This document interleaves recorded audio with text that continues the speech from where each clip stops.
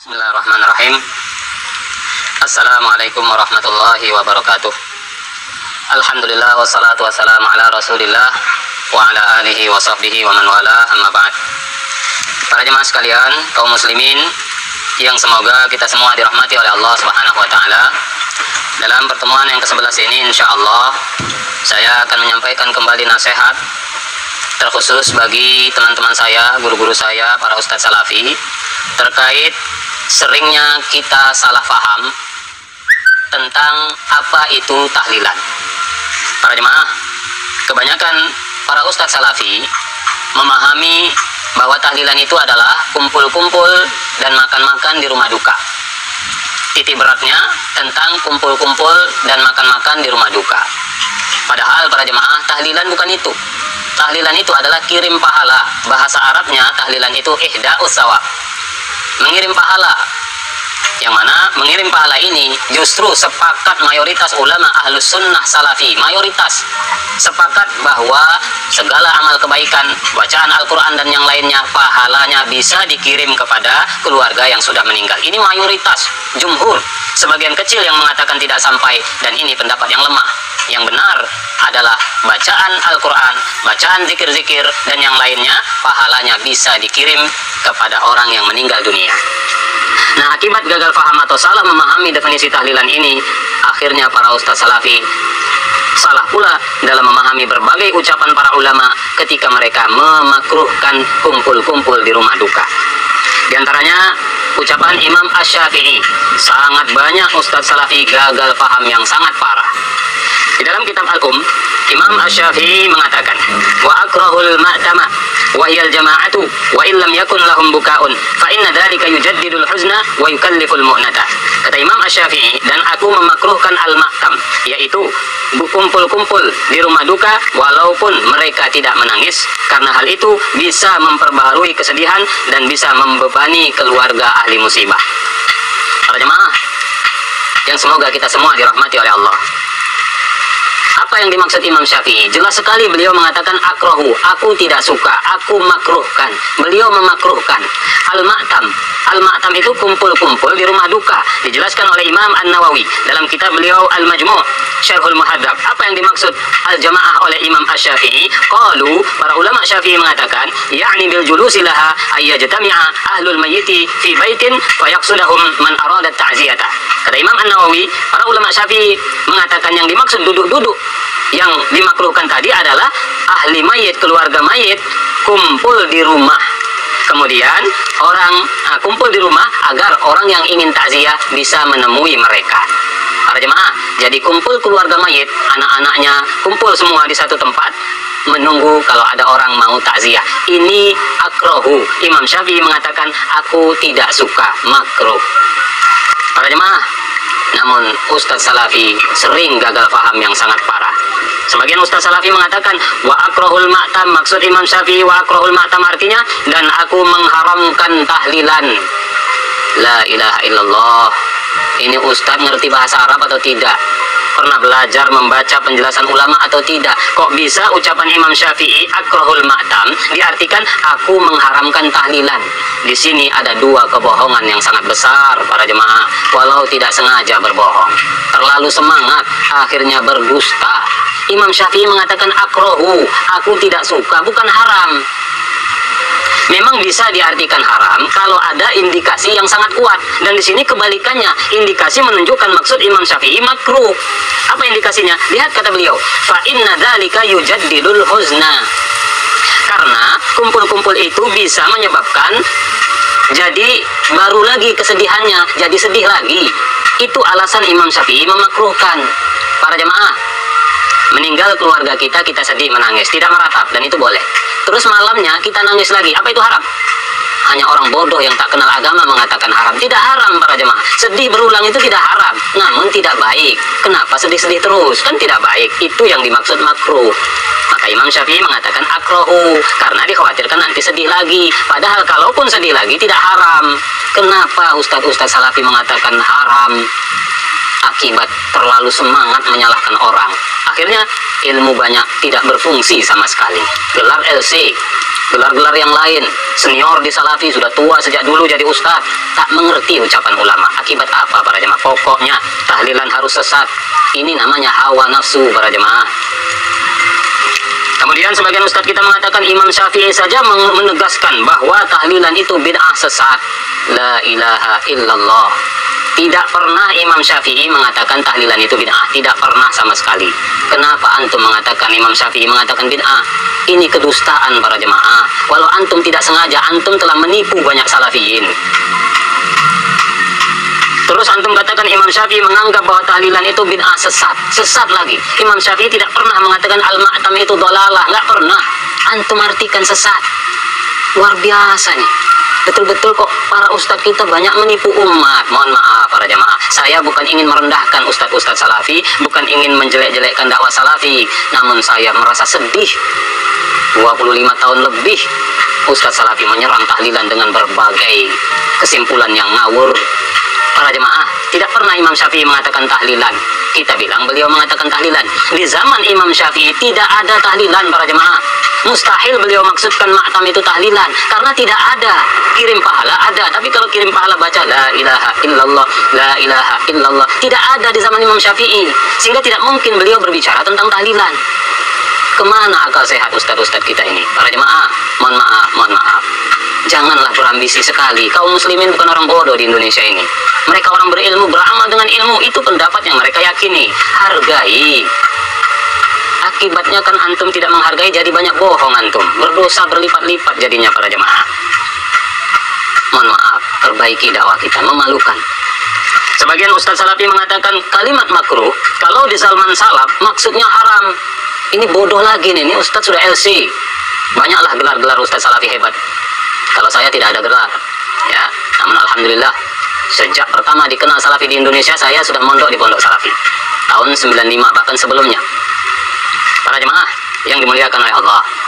Sebagian ustadz kita juga mengatakan bahwa 4 imam madhab, bahwa semua ulama ahlu sunnah di 4 madhab mengatakan bahwa tahlilan haram. Sepakat, tidak ada perselisihan. Subhanallah, sudah gagal paham, sudah berdusta tanpa disengaja, mengatakan ulama sepakat tanpa perselisihan.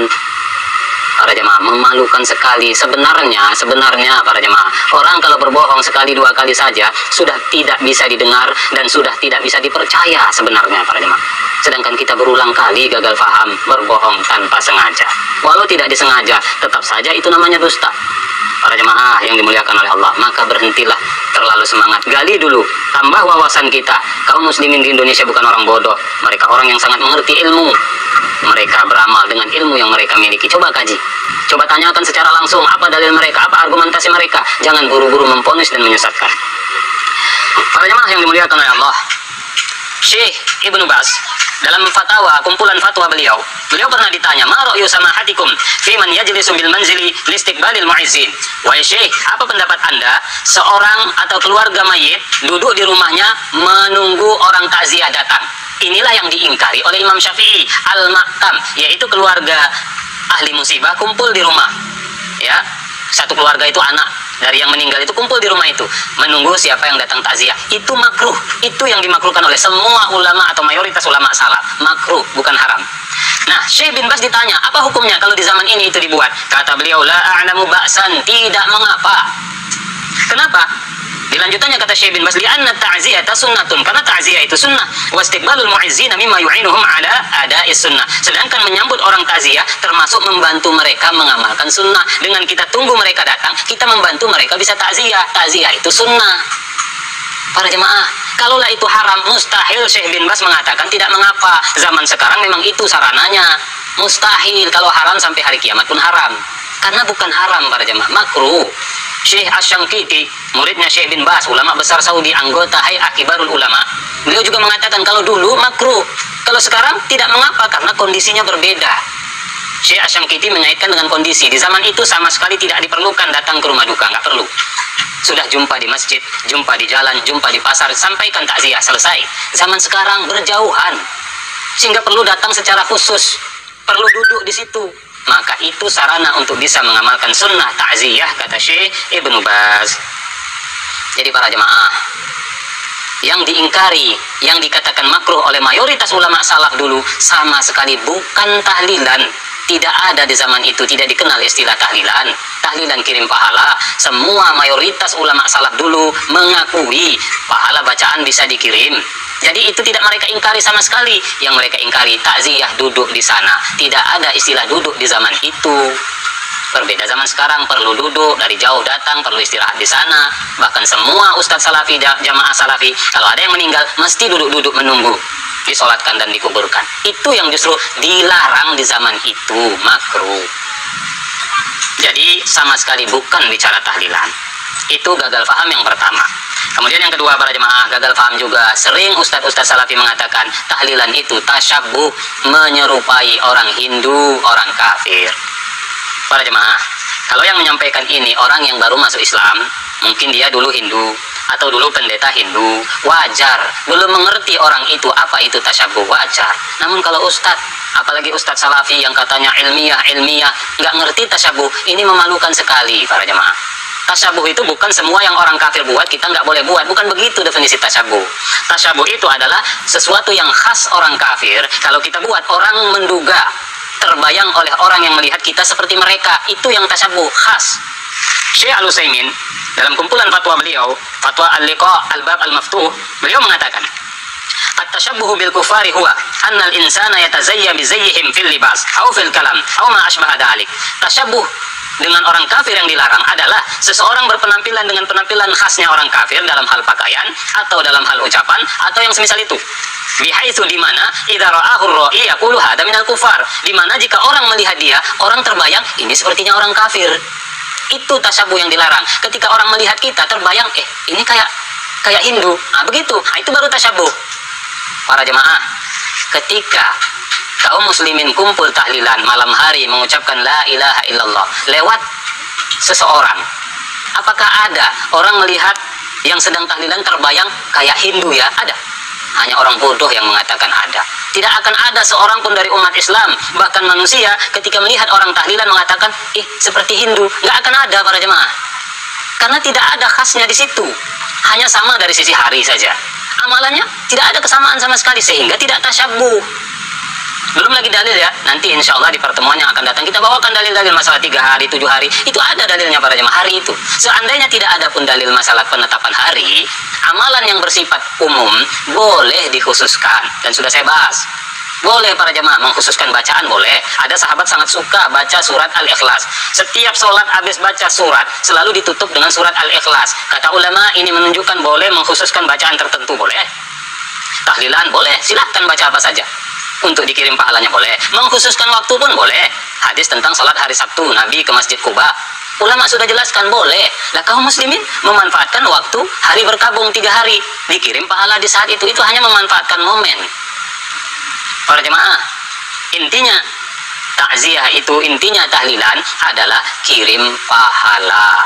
Itu nanti ada dalilnya dan banyak sekali para ulama mayoritas menganjurkan sampai, dan pendapat yang lemah mengatakan tidak sampai. Para jemaah yang dimuliakan oleh Allah, demikianlah masukan, teguran bagi kita. Pelajarilah suatu masalah dengan benar, pahami, dalami, benar-benar paham, jangan salah paham. Ulama tidak bicara tahlilan, kita bilang sedang membicarakan tahlilan. Ulama hanya mengatakan akrohu, saya tidak suka, makruh, kita bilang ulama bilang haram. Para jemaah, memalukan sekali kalau dakwah seperti ini. Jadi demikianlah para jemaah, mudah-mudahan ini bermanfaat. Teguran bagi kita semuanya, apa yang diamalkan kaum muslimin adalah masalah ijtihadiyah. Kita, antum, silahkan, tidak perlu antum ikut tahlilan. Kaum muslimin yang mengamalkan itu juga dengan dalil, dengan bimbingan para ulama ahlu sunnah, dan mereka tidak melakukan kesesatan, tidak melakukan yang haram, hanya perkara yang makruh menurut sebagian ulama. Itu pun sebenarnya bukan tahlilan yang mereka makruhkan.